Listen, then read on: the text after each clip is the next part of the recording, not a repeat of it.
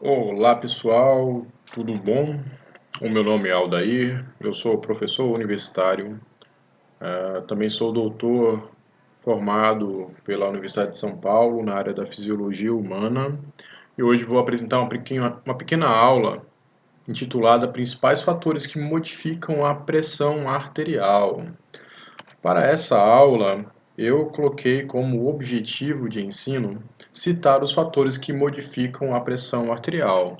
Então, ao final dela, espera-se que os alunos tenham atingido esse objetivo. Deixe agora eu mostrar apenas a tela para vocês, vou tirar o meu rosto daqui e vamos começar. A pressão arterial, ela sempre depende de dois componentes. Ela depende do débito cardíaco, que é o conteúdo de sangue que entra para a rede vascular. E também depende do tamanho da rede vascular. Isso a gente chama de resistência vascular total. Se você olhar o débito cardíaco ele depende tanto da frequência de batimentos do coração, quanto depende do volume sistólico. Se você está pensando que houve aumento na pressão arterial e isso pode ser originado por conta do débito cardíaco, esse débito tem que ter aumentado, o que significa que esses dois valores também tem que ter aumentado, pelo menos um deles tem que ter aumentado. O que levaria a aumento na frequência cardíaca?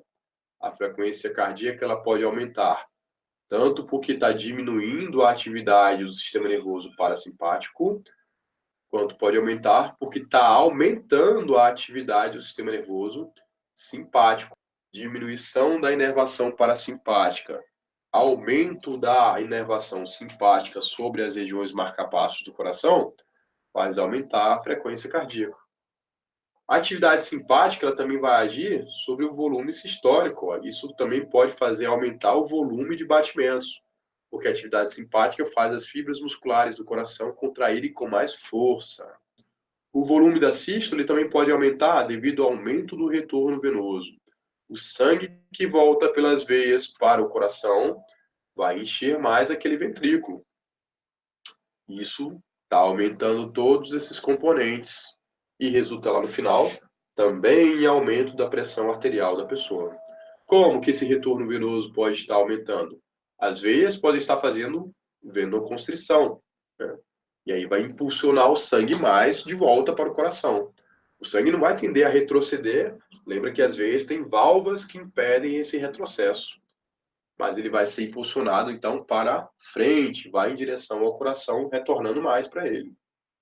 Você pode também ter aumento do volume de sangue, como naquelas pessoas que têm uma transfusão, né? Acabou de receber uma transfusão de sangue, esse sangue que ela recebeu da bolsa vai ser a mais do que ela já tinha.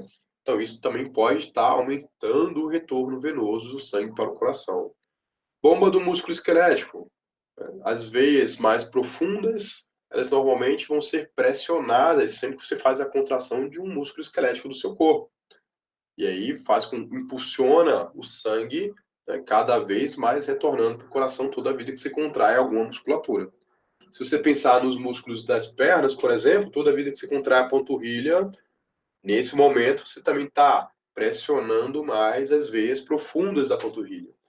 O sangue tende a subir mais facilmente de volta para o coração pelo retorno venoso. Tudo isso aqui resultando em aumento da pressão arterial, pensando sempre no aumento do débito cardíaco. A sua pressão arterial também pode aumentar devido a fatores que vão elevar a resistência dos vasos sanguíneos. Então, por exemplo, vou começar por esse, ó. Diminuição do raio do vaso sanguíneo. Os vasos sanguíneos, como as artérias, podem fazer vasoconstrição. Se for uma arteríola, a vasoconstrição pode ser muito forte, pode até fechar completamente a passagem dessa arteríola. O que isso aí resulta? Vai dificultar muito o sangue passar por dentro das arteríolas. Ele vai tender a se acumular nos vasos sanguíneos maiores que vêm antes. E aí, consequência disso, né, a pressão sanguínea dentro desses vasos maiores, que é o que a gente usa como referência, artéria aorta, artéria braquial, ela vai aumentar devido à maior quantidade de sangue que vai estar ali dentro.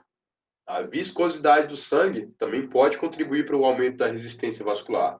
Então veja que eu falei de aumento de resistência vascular antes, pensando na contração das arteríolas. Foram elas que aumentaram a sua resistência.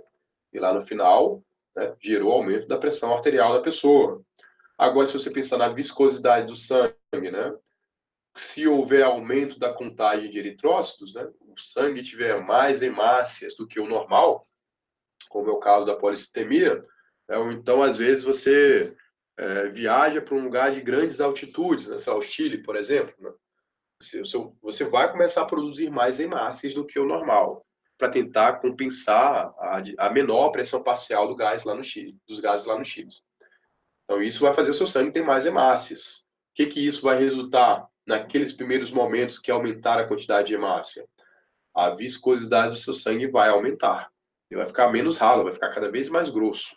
E isso, por sua vez, facilita os vasos sanguíneos criarem resistência, podendo elevar a sua pressão arterial. E esse último caso aqui, aumento no comprimento total dos vasos sanguíneos, também está relacionado com o aumento da resistência vascular, já que os dois são diretamente proporcionais. Uma situação que aumenta esse comprimento é a obesidade.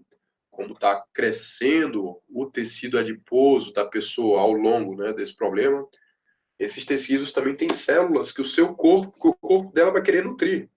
Então, conforme vai crescendo o tamanho do corpo, pelo excesso de tecido adiposo que está aglomerando, os vasos sanguíneos também vão crescendo em comprimento para continuar suprindo a necessidade desses tecidos adiposos.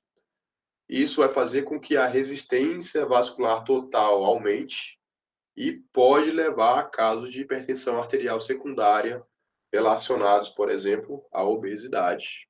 Então, aqui falamos, né, de vários fatores relacionados ao aumento da pressão arterial. Se você quiser pensar o contrário, também vai ser tudo verdadeiro. Você quer pensar em fatores que diminuem a pressão arterial da pessoa? São exatamente o contrário de todos esses. Né? Tem que diminuir o débito, tem que diminuir a resistência vascular total, diminuindo frequência, diminuindo volume sistólico, diminuindo viscosidade e assim por diante para cada um desses fatores. Aí você saberia exatamente que fatores poderiam diminuir a pressão da pessoa, fazendo ela temporariamente ficar com hipotensão, por exemplo. Verificação da aprendizagem. Você consegue citar os fatores que modificam a pressão arterial? Então, a pressão arterial é uma grandeza física que obedece à relação conteúdo-continente. Ou seja, a pressão arterial ela depende da quantidade de sangue bombeada para a rede arterial, que é o conteúdo, ele já está falando para a gente, é o conteúdo isso, e do tamanho do compartimento arterial, que é o continente. Ele já está falando isso para a gente também, que é o tamanho, é o continente. Representado pelos lúmenes das artérias. Assinar a alternativa que denomina adequadamente o conteúdo ou o continente, responsável pela gênese da pressão arterial. Quem que é o nome correto para essas duas coisas?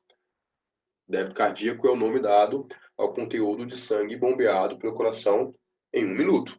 E é esse mesmo conteúdo que está entrando para a rede arterial que falou lá em cima. É esse conteúdo, tá certo. Então, é a letra C de casa.